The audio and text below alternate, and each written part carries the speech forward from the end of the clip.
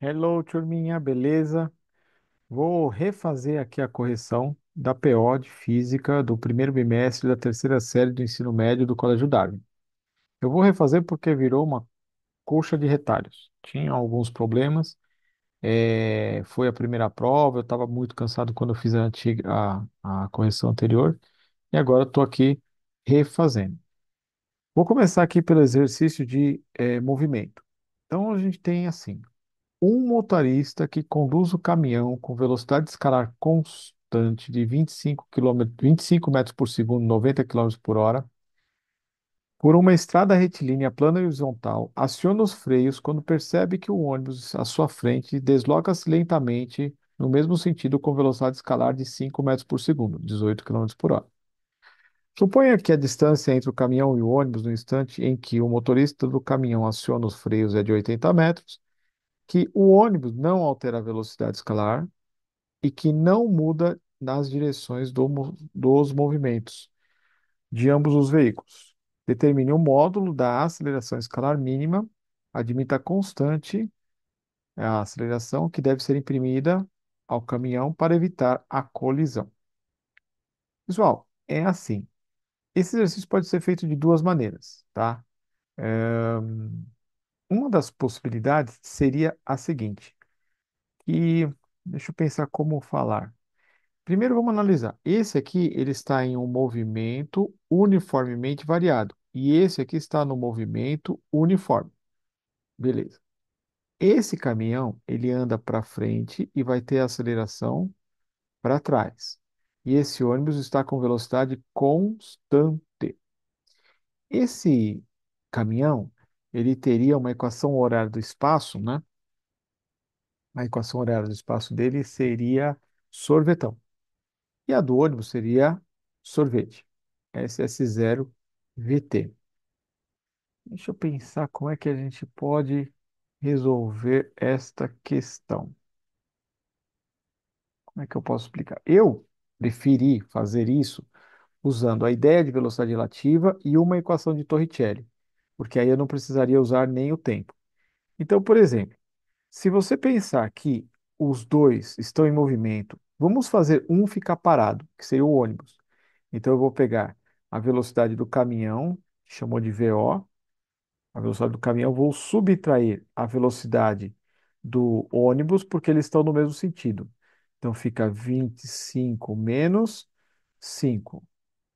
Aqui você vai ter 20 metros por segundo. Então é como se o caminhão estivesse a 20 metros por segundo e o ônibus estivesse parado, ok? Aí eu posso assumir que esse caminhão vem com uma velocidade igual, vou colocar V do caminhão. Essa velocidade igual a 20 metros por segundo, e esse aqui como se estivesse com velocidade igual a zero. A partir desse momento, eu posso pensar que o ônibus é um poste, uma parede, qualquer coisa. E o caminhão vai ter que parar depois de 80 metros. Então eu posso fazer por Torricelli. A velocidade final ao quadrado é a velocidade inicial ao quadrado, mais duas vezes a desaceleração, vezes o delta S. Então, a velocidade final é zero. A velocidade inicial eu já sei que são 20 ao quadrado, mais duas vezes a aceleração, andando 80 metros. O 20 ao quadrado dá 400, o 2 vezes 80 dá 160, passa para a esquerda, e aí a aceleração fica menos 400, dividido por 160. Então, a aceleração igual a menos 2,5 metros por segundo ao quadrado. Então, essa seria a forma mais simples de resolver essa questão, fazendo uma velocidade relativa entre o caminhão e o ônibus, pensando o ônibus parado e o caminhão tem que parar antes de bater no ônibus, ok?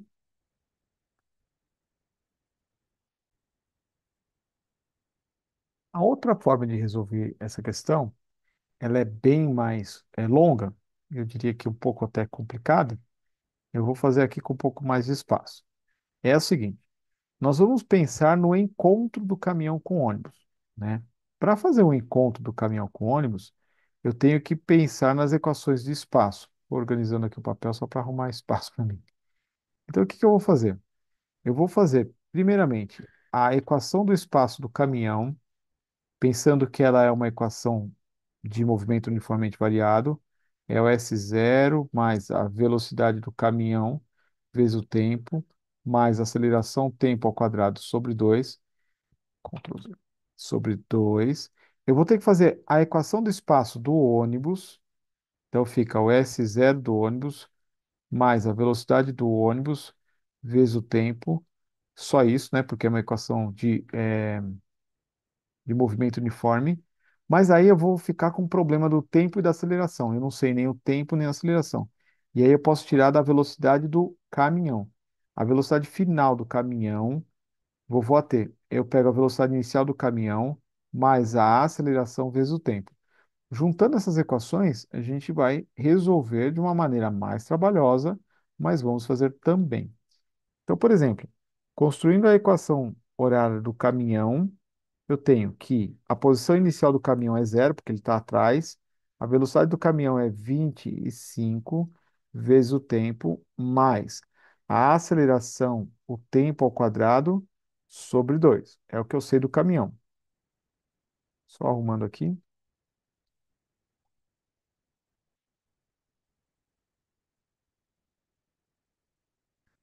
Do ônibus, a posição do ônibus, ela começa em 80 metros à frente e está com velocidade de 5t. E a velocidade do caminhão final é igual à velocidade do caminhão inicial mais a aceleração tempo. Então, quando eles se encontrarem, olha que proposta. Quando eles se encontrarem, a posição do caminhão é igual à posição do ônibus e a velocidade do caminhão tem que ser igual à velocidade do ônibus, para não colidir. Então, eu posso colocar aqui na velocidade do caminhão 5 na final, a inicial é 25 mais A vezes T. Se eu passar subtraindo, vai ficar menos 20 é igual a A vezes T. Isso aqui a gente vai usar aqui nas equações da esquerda. Então, vamos lá. 25 vezes T mais a t ao quadrado sobre 2 é igual a 80 mais 5t. Muito bem. O que que é o at quadrado sobre 2? É att. Ó, isso aqui fica um att sobre 2. E um deles, esse at da esquerda, eu vou colocar menos 20. Então fica 25 vezes t menos 20 vezes t sobre 2 é igual a 80 mais 5t. Gente, letras para um lado, números para o outro. Aqui eu tenho 25t menos 10t menos 5t é igual a 80. Deixa eu pôr mais para baixo esse negócio aqui, pedaço da prova.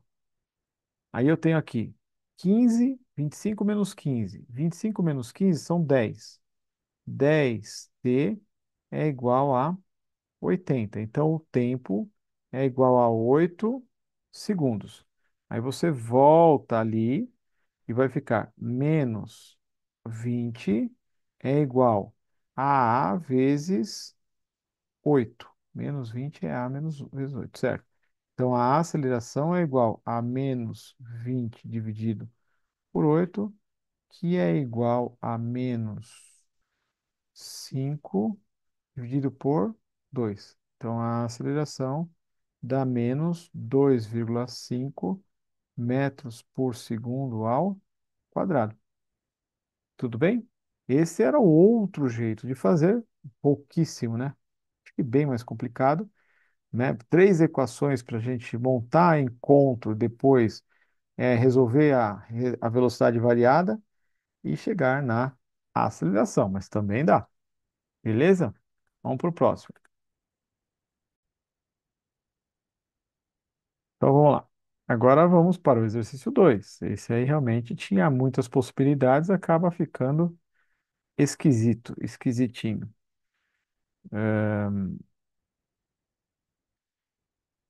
Aqui, vamos lá. Ondas acústicas são ondas de compressão, ou seja, propagam-se em meios compressíveis. Quando uma barra metálica golpeada em uma extremidade é golpeada, em uma onda longitudinal propaga-se por ela com velocidade v igual a raiz quadrada do coeficiente de Young vezes uma letra A dividido por ρ. E é conhecida como módulo de Young, enquanto ρ é a massa específica e A é uma constante adimensional. De acordo com as aulas de unidades de medida e análise dimensional, determine. Letra A, a unidade medida do Sistema Internacional da Massa Específica. É o ρ, pessoal. Massa específica é a massa dividido pelo volume. Então, a massa no Sistema Internacional é quilogramas e o volume é metro cúbico. Então, essa daqui era a resposta da letra A. Só isso. Por exemplo, velocidade é um delta S por um delta T. Então, velocidade é metros por segundo. A constante, que é um adimensional, a unidade é 1. Então, a dimensão disso aqui é sem dimensão, então você coloca 1 no lugar dele, tá bom? E a unidade de medida do módulo de Young, também no sistema internacional. Então, a partir dessa equação, né, a partir da equação de Young, é tipo V igual a raiz quadrada da constante de Young do A sobre ρ, você isola. A gente vai isolar a letra E. Então, vai ficar V ao quadrado é igual a E vezes A sobre ρ. Então, E é igual a V ao quadrado vezes ρ dividido por A. Então, o módulo de Young, né, é igual a velocidade. Velocidade é metros por segundo ao quadrado, vezes o ρ, que são quilogramas por metro cúbico. E o adimensional, que vale 1. Então, o módulo de Young fica metro quadrado por segundo ao quadrado, vezes quilograma por metro cúbico. Simplifica o metro quadrado e o metro cúbico, então a unidade do módulo fica quilograma dividido, quilograma dividido por segundo ao quadrado vezes metro. Você pode colocar assim, quilograma vezes metro a menos um vezes segundos a menos 2. Essa seria a unidade segmentacional do módulo de Young, 0,75. Tá ok? Então, as questões nessas posições vão se repetir. A gente vai ter uma questão de movimento uniforme, uniformemente variado aqui nessa posição. A gente vai ter na REC, eu estou falando, né? REC 1 e 2. Vai ter uma questão desse tipo nesse lugar aqui. Esse conceito poderia ser. Eu não sei se tem alguma variação lá no capítulo. Tem que estudar pelo capítulo, tá? E aqui o exercício 3 das cargas elétricas. Então, o que que acontece? Esse aqui vai ser de contato, né? Toda vez que você põe em contato, você tem a carga final, sendo a soma das cargas, a carga um mais a carga 2 dividido por 2. Só que você tem que ver se está encostando todo mundo, está encostando uma de cada vez, quem é que está encostando com quem, que carga que cada um tem. Então, essa situação aí você tem que resolver conforme o exercício, cada exercício de um jeito. Então, e dispomos de quatro pequenas esferas metálicas idênticas, então são condutoras. A primeira delas possui uma carga elétrica de mais 6 picocoulomb e as demais são neutras. Fazemos os contatos da esfera A sucessivamente, quer dizer, uma depois da outra, com B, depois com C, finalmente com D. De acordo com os conhecimentos sobre eletrização, por contato, determine a carga final da esfera D. Então, o que que acontece? Quando você faz A com B, a carga final delas duas vai ser a carga de A, que é o 64, mais zero da B que está neutra, dividido por 2. Então vai ficar 32 picocoulombs a A e a B. Aí você pega a A, que tem 32, e coloca em contato com a C. A carga final da segunda vez vai ser o 32 mais zero, porque a C está neutra, dividido por 2. Isso aqui dá 16 picocoulombs. Quando você faz a A em contato com a D, a carga depois do contato, ela é igual a 16 mais a neutra, que ela, na verdade, ela tem a mesma quantidade de cargas positivas e negativas por 2, resposta dá 8 picocoulombs. Então, a carga de D, no fim, é igual a 8 picocoulombs. Eu não perguntei, mas aqui é importante lembrar que se a D ficou positiva a 8, a A também ficou positiva a 8. A A, ela tinha 16, ela caiu para 8. E a D não tinha nada, subiu para 8. Quer dizer que a D perdeu elétrons para a esfera A, tá bom? Que eu pergunto na letra B. Quantos elétrons foram trocados durante o contato entre A e D? Eu não perguntei quem perdeu, quem ganhou. Só perguntei quantos foram trocados, mas eu podia muito bem ter perguntado. Então, o número de cargas trocadas é a carga dividido pela carga elementar, que no caso é o 8 picocoulombs dividido por 1,6 vezes 10 a menos 19. Uma coisa que vocês precisam lembrar são os prefixos: quilo, mega, giga, tera. E aí você tem o mili, o micro, o nano e o pico. Então, 10, 10, 10, 10, 10, 10, 10 e 10. Nas letras maiúsculas positivos, de 3 em 3. Que fez um pinguinho aqui. 9 e 12. E aqui as negativas. Menos 3, menos 6, menos 9, menos 12. Tá bom? Isso aí precisa lembrar até. É cobrado, né? Do vestibular cai desse jeito, né? Então você tem que saber, porque tem que saber.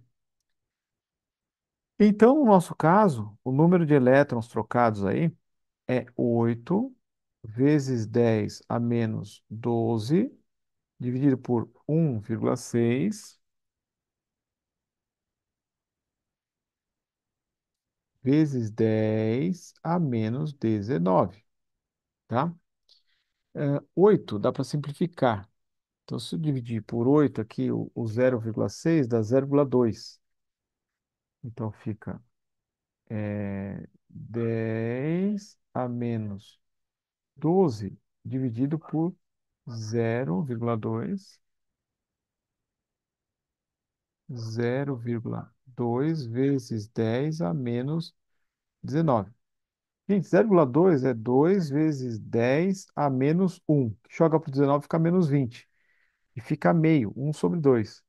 Então, n é igual a 0,5, 1/2. Melhor que isso, né, gente? Que chato. Quem divide por 0,2 quer 5, né? O que que eu quis dizer aqui agora nessa minha fala? Se eu tenho 1 dividido por 0,2, isso aqui é 5. Então, o número de elétrons vai ser 5 vezes 10. Eu tenho menos 12 mais 19. Isso aqui vai dar positivamente 7. Vezes 10 a sétima elétrons. Então, com certeza, nas próximas provas eu vou fazer essa pergunta de quantos elétrons foram trocados, mas você também precisa saber se quem ganha e quem perde. Deixa eu reposicionar essa folha aqui que saiu do lugar.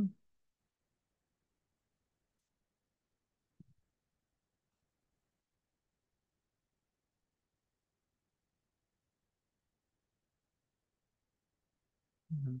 Esse aqui da sombra do poste, né? Muito bem.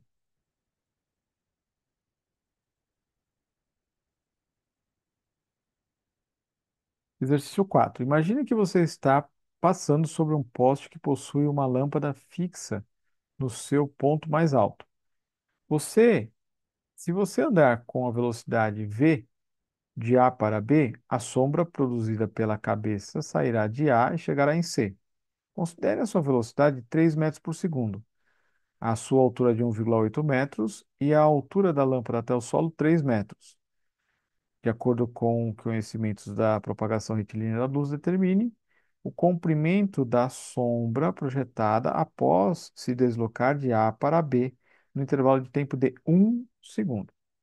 E na letra B, o módulo da velocidade média da sombra de sua cabeça ao se deslocar do ponto A,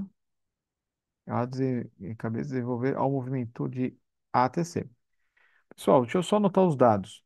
Eu tenho que a velocidade são 3 metros por segundo, que a altura da sua cabeça, que é o Hzinho, é igual a 1,8 metros, que a altura do poste são 3 metros.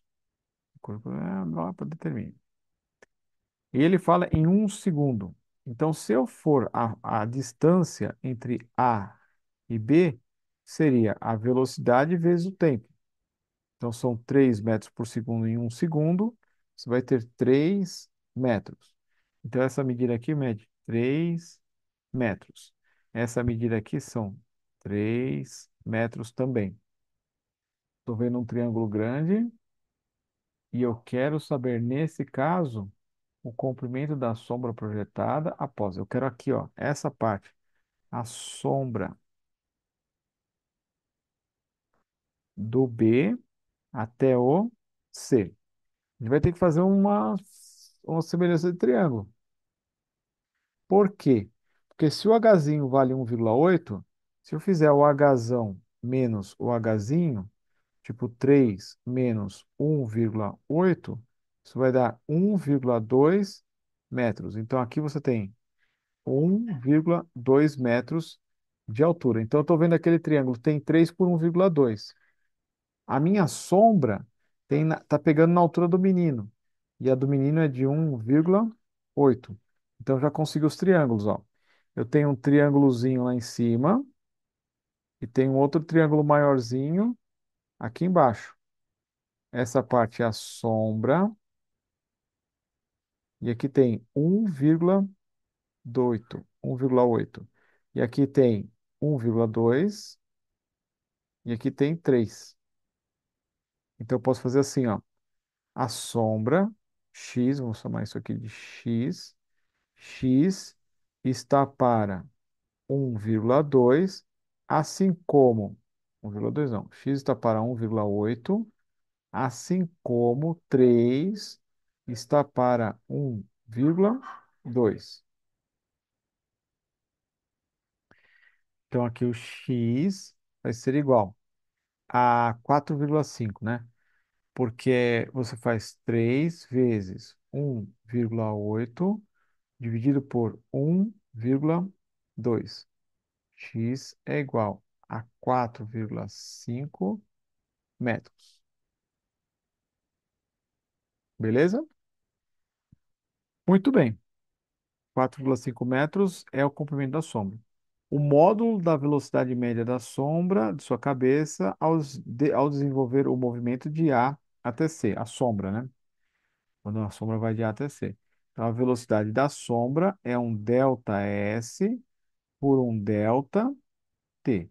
O delta T é 1 segundo, tá? Porque é o tempo que demorou o cara ir de A a B, a sombra foi de A a C. E o delta S é você somar os 3 metros, que é de A até B, mais de B até C, que é a sombra de 4,5 metros. Então, a sua velocidade vão ser 7,5 metros dividido por 1 segundo. Resposta: 7,5 metros por segundo. Tá bom? Agora vamos às questões teste. Bom, a faixa da radiação eletromagnética perceptível pelos seres humanos está compreendida entre 400 e 700 nanômetros. Gente, ondas eletromagnéticas. O visível é de 400 a 700, mas tudo é onda eletromagnética, para cima e para baixo. Agora vamos falar de cor. Primeira, a cor é uma característica somente, está falando somente da luz, absorvida pelos objetos? Não. A palavra não seria somente.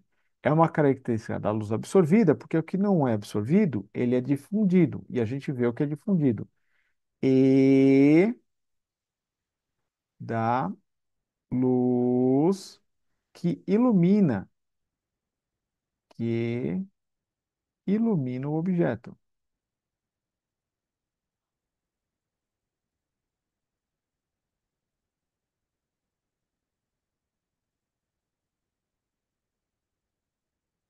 tá? Então, são os dois fatores. A cor dos objetos depende do que ele absorve e a luz que ilumina o objeto também. Então, essa aqui estaria falso.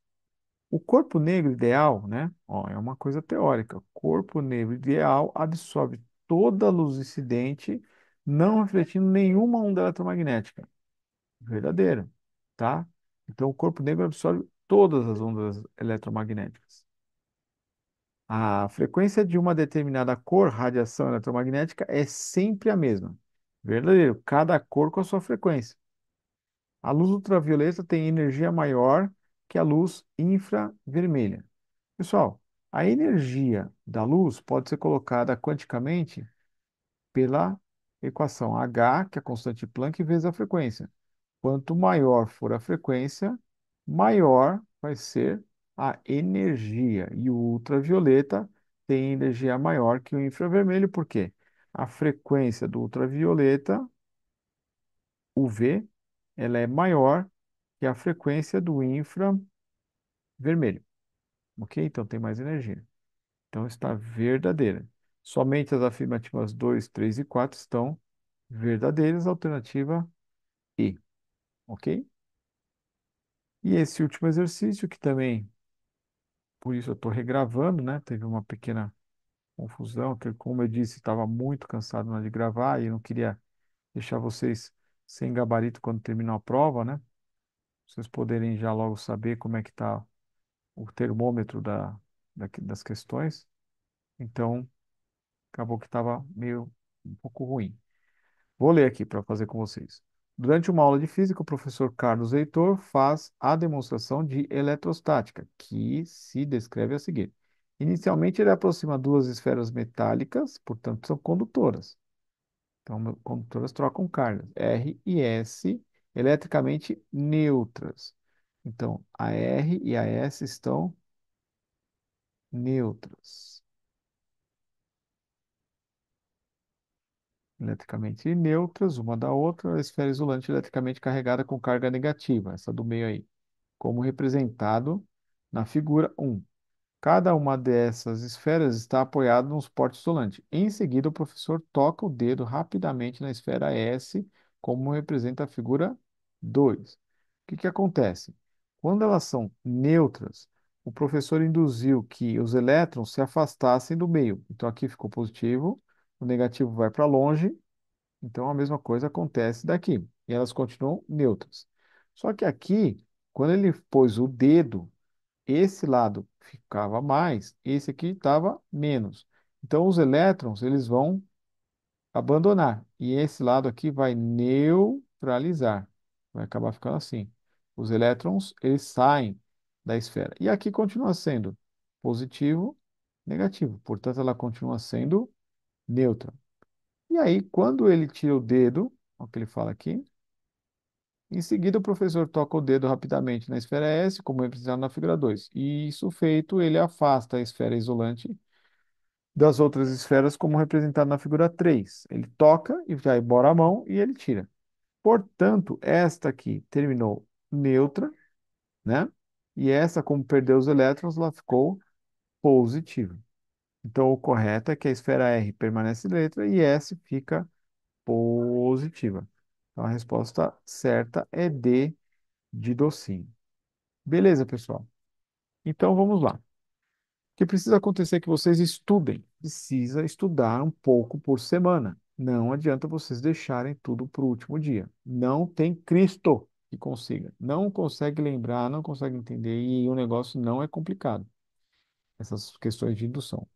É, as provas vão ter a mesma formatação, beleza? Exercícios diferentes nas posições, nos assuntos que estão propostos aqui.